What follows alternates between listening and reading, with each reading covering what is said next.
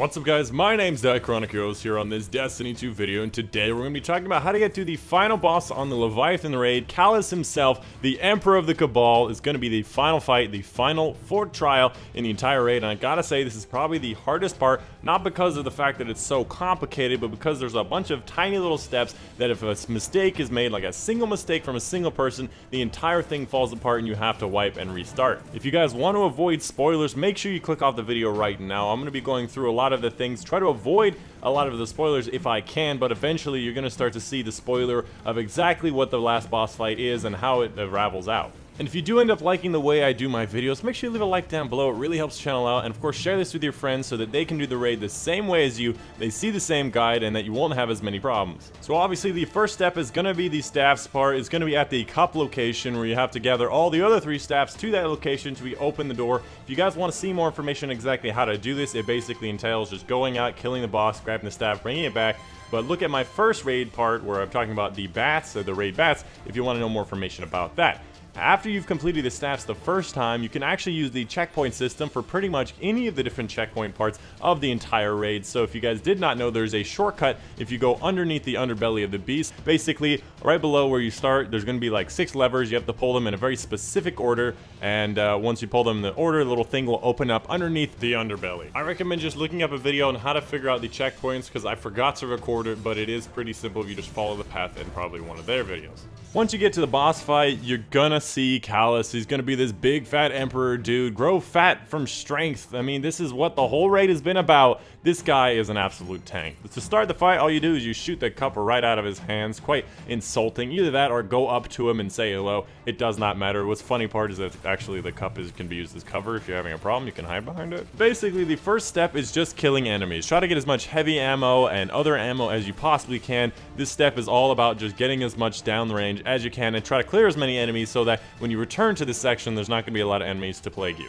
Once you've been through a while, a bunch of councilors are going to show up around the different kind of pedestals around the area. These little pedestals with the symbols above them, you're going to want to keep these in mind because these are very, very important. When Calus claps, you're going to want to kill one of those little signs. Do not kill all 4 of them. You can kill any one of them you want. As long as you kill one of them, it will make sure that the next part goes off without a hitch. So as soon as Calus claps, you will all be sent to the shadow dimension. Now, 3 people have to go back to the normal world, and 3 people have to stay in the shadow dimension.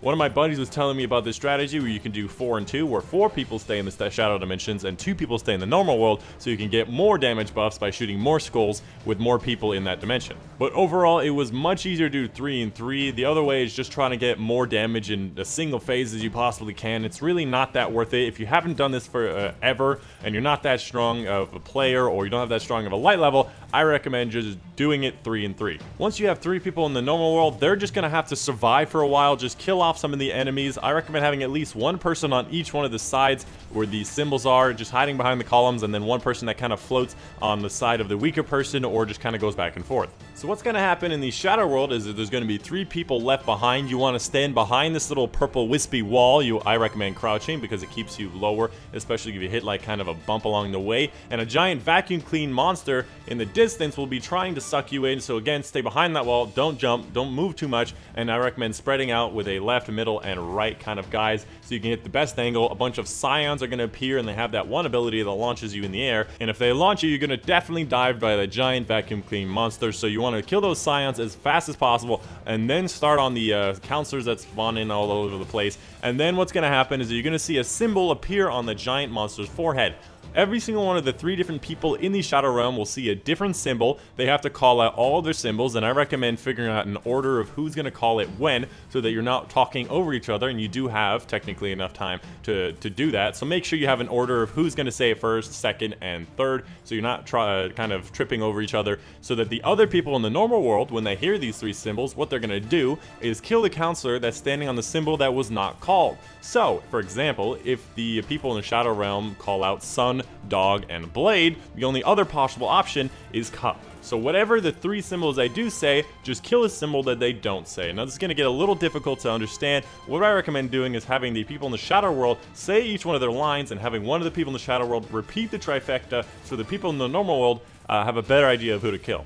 Now this is actually one of the hardest parts of the entire raid, trying to make it so you don't talk over each other, having Discord or PS4 not like remove parts of the speech of what you say. You gotta say things clearly, you gotta say them loudly. If you're a soft-spoken individual, I recommend going to the normal world because you need to be loud, you need to be clear, and you need to have very good emphasis on the words you say, otherwise people are not going to be able to see what you're doing or hear what you're going to do. And also you cannot forget to say your symbol, because so many times we hear son, dog, and then nothing, and then like someone says son, dog, hello, son, dog, and then someone just shows up, oh, dog, son, blades, and then it's just way too goddamn late. Once you do say those 3 symbols and the normal world people kill their counselor that's on that specific platform, I recommend just going over there and punching them. They're going to move up to the next phase. If they punch them in time, another wall will spawn. So punching of the correct counselor or scion that's floating there will activate the next wall for the people. Again, a bunch of scions and counselors will spawn for the shadow world. Another set of symbols are going to come at you. There's only 3 sets of symbols, and after that 3rd set, they're going to punch that last counselor. You're going to go back and forth with the guys in the normal world, and finally you're going to hit a 4th wall where you're going to kind of hang out, kill a bunch of scions and counselors. And once you do all of that, you're going to actually have the vacuum cleaners monster stop pulling you in, and you can actually back up and gather up into a group, because this monster thing in the shadow world will start to spew out skulls. Now these skulls are the key to getting as many damage buffs as you can, so you 3 guys in the shadow world have to shoot as many of those skulls as possible. I recommend people in the shadow world have assault rifles or auto rifles, or perhaps even the cold hard. Overall, anything that's automatic that can shoot and kill these things really fast. I was using the Uriel's Gift, I think, in this video, and it was actually very effective. Either that or I was using one of the new Trials auto rifles. Some of the things I recommend for the people in the shadow world is going to be a Stormcaller person, because he has that one thing with his rift where you can spawn it down and you'll have those little auto cannon turrets, little orb things that we call bubble buddies. If you have a Stormcaller warlock in the shadow world, he can put that down and everybody will have auto turrets that will help destroy those skulls really fast. But that's not all. At the same time, in the normal world, the Calus guy, the boss guy, will actually start to summon his, what we call the Sun Shield. Now, this is going to be very important, so you have to work together with the people in the normal world, otherwise everyone's going to die. Now, if you notice, while in the normal world, you'll slowly start to take chip damage from this solar sunbeam kind of weapon, and you'll also notice that the boss has a kind of shield on him. What the guys in the normal world have to do is actually destroy Calus's shield, and once you destroy Calus's shield, his skulls will stop coming out on the shadow world, and also give a portal for everybody in the shadow world to come back to the normal world. So what you want to do is try to survive as long as possible while the sun is blurring at you in the normal world, while at the same time not dying. There is a point of no return when everyone in the normal world will be forced to die because it's been too long and his sun is just too powerful for you, but you can try to limit it by having a warlock with a healing rift, so you can actually put that down and last a bit longer. What I recommend doing, normal world people, is chipping his shield away until it's almost destroyed, and then once the guys in the shadow world will reach around 60 to 70 skulls, then kill off the boss's shield. The guys in the shadow world then return to the normal world, and you can start the damage phase of the boss fight.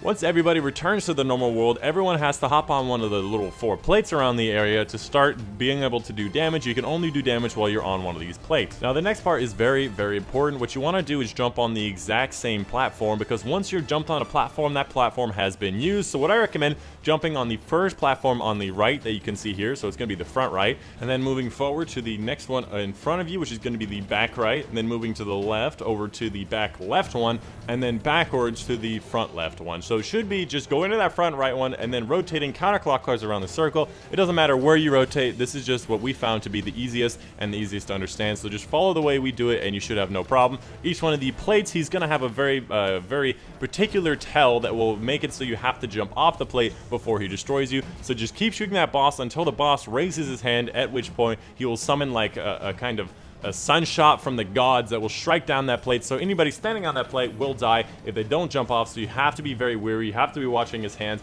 and you have to be shooting him as long as you possibly can. And for this part, I definitely recommend having a cold heart. A cold heart's really good at this, or perhaps a merciless. The merciless is definitely the DPS king on this, or even a high damage sniper rifle. I don't think launchers are particularly good at this part because of the fact you can get headshot damage, but they might not be a bad idea either. Again, everybody stand on the same plate, do the damage, wait for him to raise his hand, then everyone jump off, run to the next plate, and keep on doing that until he raises his hand, and do that for all 4 plates. And if you did it correctly and you had enough damage, you should have been able to get at least through 1/3 of his health bar, and you should be able to start the next phase where he actually will transform. His body parts will actually break up. And if you don't want spoilers, this is going to be the biggest part of the spoilers of the next part, where he actually is going to be what you probably didn't know he was, or maybe you did know what he was. Once you've completed all 4 plates, you've done 1 cycle. What we did in ours is we did 3 cycles, and we believe after the 3rd cycle you'll have an enrage mode where he'll actually kill you, so you have to do it in 3 cycles. What I recommend doing is, if you don't take off 1/3 of his health bar after the first damage phase, and you don't take off a second third of his health bar after the second damage phase, you pretty much should just be wiping, because you cannot return from that. If you're not doing enough damage to him during the damage phase, it's either that you didn't get enough skulls in the Shadow Realm. Again, I think you should try to get from 60 to 90 skulls in there. I don't think you can get much more than 90 skulls, but I recommend trying to get 60 to 70. And if you're having a problem with damage, either you don't have enough damage weapons, you don't have the right weapons, or you haven't got enough skulls. If all of these things have been solved and you've done all these things correctly, it's just very possible that you guys aren't paying attention, getting enough headshots. Another thing I wanted to mention is that the boss will actually change once you get him down 1/3 health bar. You'll actually change the damage phase, where instead of just raising his arm, I believe he still does raise his arm for some of it, he'll actually raise his arm up and point a giant gun at you. That is the other one of the phases that you have to jump off the plate, so just be in mind anytime he's ready to attack you to jump off that plate and move to the next plate.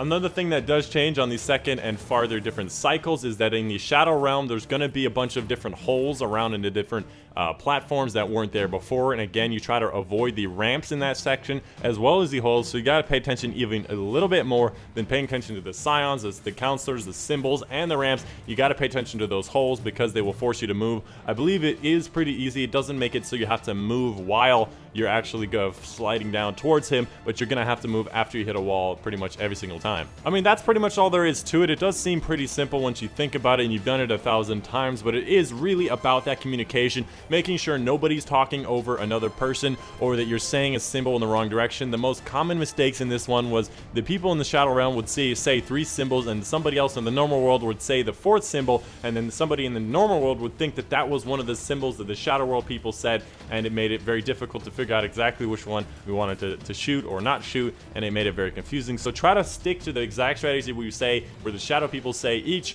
one of their things in this pre-specified order they said it, and have one of the Shadow Realm people repeat the order. So if it's like dog, sun, cup, so the one guy will say dog, sun, cup, and then of course that will make it very obvious that it's going to be the blade or the axe. I call it blade because it makes it different than when people say ads. Anyways, that's a video for you guys today. I hope you guys did enjoy that raid synopsis and the guide through it. Once you get through that, you're going to be able to get the final chest. You'll have a bunch of different tokens. You can see Benedict 9940. He's actually going to be in the tower, and again, if you don't want any spoilers, I'm not going to release them, but it was pretty funny once we got to the tower and realized who Benedict 9940 actually was. I believe he's going to be on the map in the tower, so you'll be able to see him over on the left side there, and I'm going to include that at the very end. Again, if you don't want spoilers, then you shouldn't be here. This is pretty much the most spoiler part, and you should probably have already clicked away, but if you do want to see this, it's going to be there for you. And if you did end up liking this video, make sure you leave a like down below and subscribe for more Destiny 2 in the future, more loot caves, more raid run-throughs and guides, more stupid stuff in the future, as well as live streams over Twitch TV, link in the description down below, shameless plug. And of course, my name's Icronic, and I'll see you guys on the next one.